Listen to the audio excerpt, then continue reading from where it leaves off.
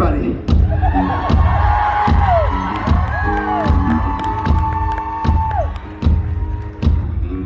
I'm feeling really good. It's a marathon.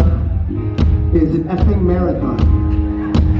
But I'm coming around the home stretch, and I'm feeling a lot of energy. And I'm feeling that energy. I'm feeling it because of you people. You're my morning coffee just now. I'm back. Rise from the ashes of Saturday night, and I'm back. You know what I need? I need a little sugar in my coffee. A little creamer, a little hazelnut creamer. You know what I mean? And I only know one hazelnut. Well, he's a nut, that's for sure. He's more than just a nut, though. He's a genius. And he's the leader of my church.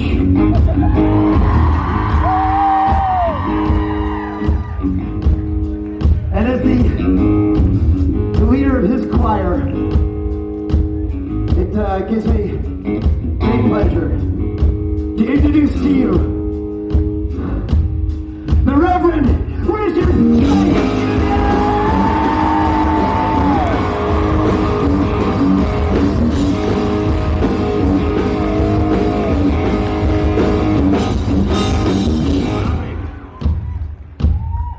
You've done a lot of introductions of me over the years. You've called me a lot of things before I take the stage. You've described me in many ways. Coach, Captain, Chief, A-hole. But I think you hit a high water mark with hazelnut cream. I believe we found a home. Well, it's Seattle, you know what I mean? I think we can live there for a while, you know what I mean? I wanted to save that one. I feel good about saved that. for the home of Starbucks. That's good. Hazelnut creamer to your black cup of coffee. That is our relationship. There it is. With 3 swizzle sticks over here. That's right. To mix it all up. Good job, Billy. Way to participate. Everybody! Welcome to the Lord's Day, and by the Lord I mean me, and by day I mean convention, and by you I mean us, and I mean supernatural.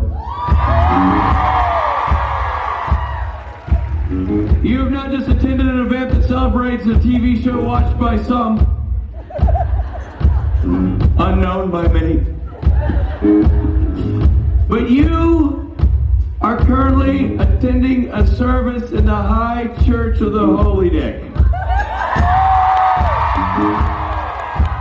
Amen. That's what I want to hear. Hallelujah. I want to hear the amens and hallelujahs. I want to see the hands up in the air, reach for the sky, like you're trying to touch Jared's locks.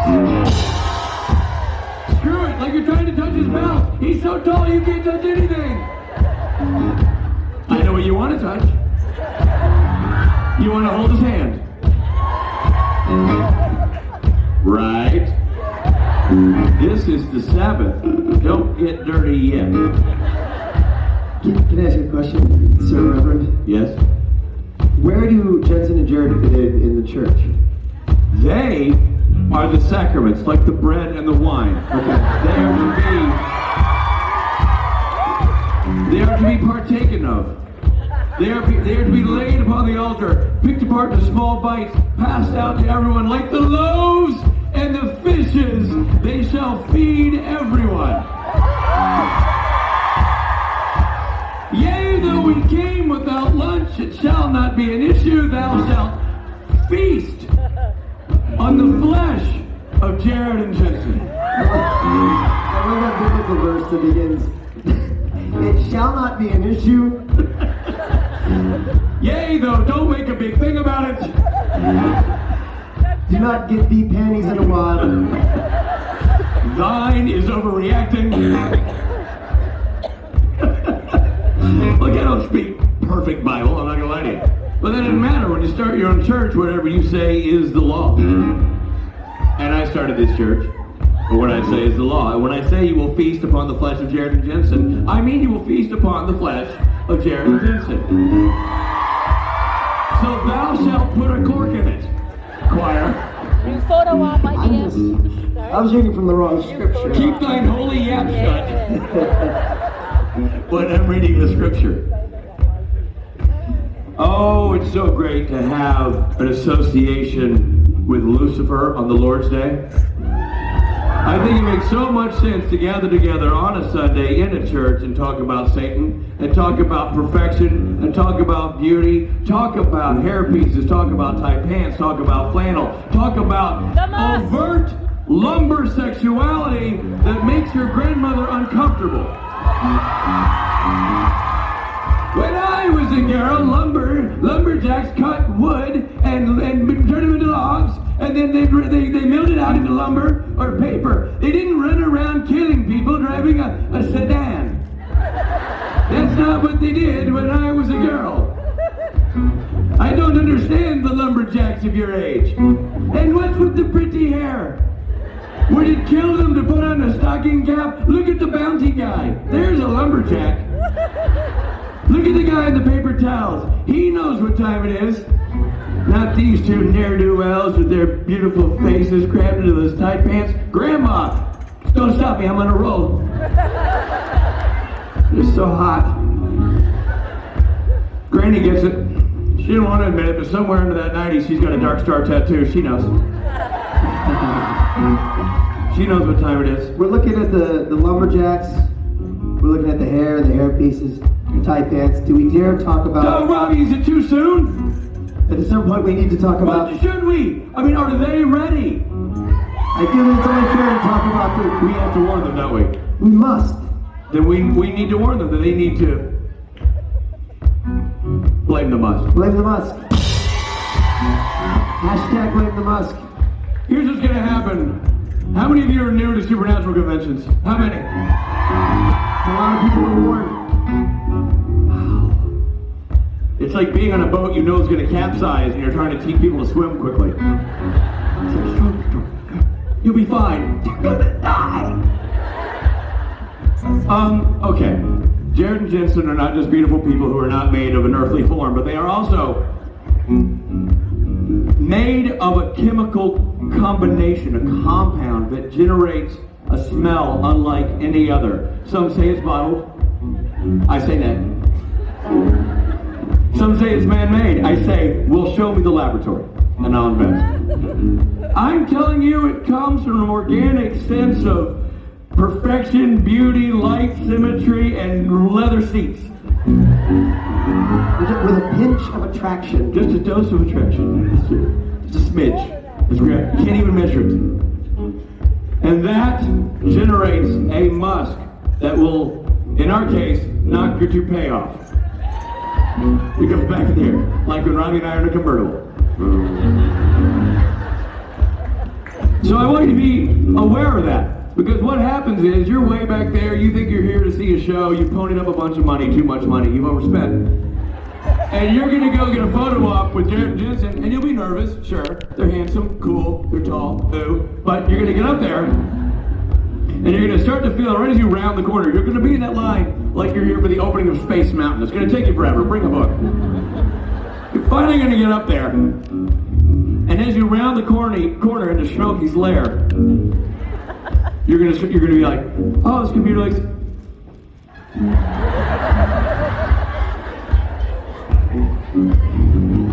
You're gonna think that. Am I wearing new shoes? I feel different. And as you inch closer to them, going, what do you want? Okay. And you see them doing the photo ops, like, sure, bad prom, okay. As you see them doing their bit, and you get closer, you're gonna start to realize that, A, if you wanted to turn and walk the other way, you can't. There's an actual gravitational force. You'll be sucked down the line. Right into the photo op. And engulfed in a cloud of smell. If you could bottle the sun and create a foot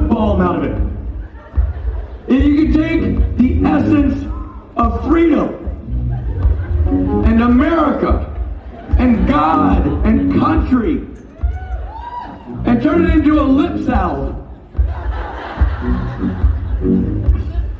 That's what it smells like. You can't describe it. I'm throwing out words here. Robbie knows I'm making them up because there are no words yet. We haven't invented them. We need to get there. Rob, we need to work on that. Note to self. Invent words to describe the In the must. lab where we created Robot Mike, Yeah. we're working on. So I'm telling you, you're going to be hit by this thing, and you're going to get up to your photo op, and you're going to suddenly be engulfed by it. They're going to look down at you, and you're like, hey, how long have you been watching the show? Since the dawn of time. Cool. What do you want, Shorty? Look at the camera.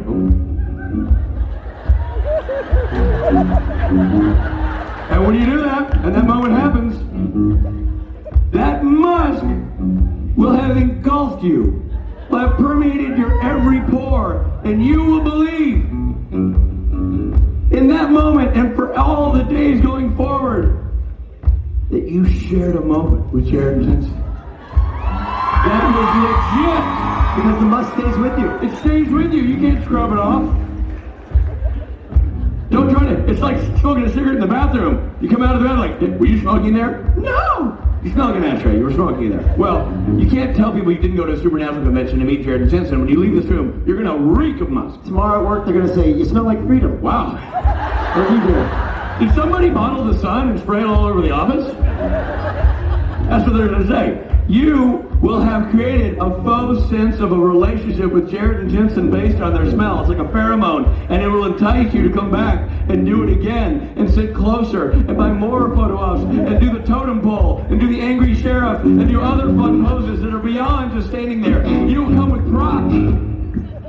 You will do things that you promised yourself you would never do. You've looked through the photo file like, well, I would never do that, and I would never do that. You'll be doing that! And you'll be coming with other things to do. Things you have to apologize for later. Things that will live online, and when you get old enough and you have children and they find it online, they go, Mother! Why were you doing that? And why were you dressed like a unicorn? And you look at them, you'll turn to them and you'll say, blame the musk. Yeah. Blame the musk.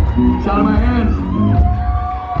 Blame the musk. Yea, though I attended the high church of the Holy Dick, and I was warned that the musk shall engulf me, and it shall make me do things that are not in thine best interest. It shall live on thine internet for all of time, in perpetuity, with no legal ramifications to befall upon creation, or Rob, or Rich, or Jared Jensen. You have no legal recourse. You must live with the fact that you got engulfed, got sucked into the musk. You got musked. You're in a musk tornado. You got Jade. You're in the eye of the storm, Robbie. You're right, it's a tornado. Where you get thrown out, I have no idea. You're starting here. You're going to land somewhere far, far, far away. Emotionally, mentally, you'll never be the same. I've been there for about 7 years now. We lost Robbie 7 years ago. They call me musk adjacent. Which, by the way, it really ups your property value. If you can get a piece of property up there, Hey. you can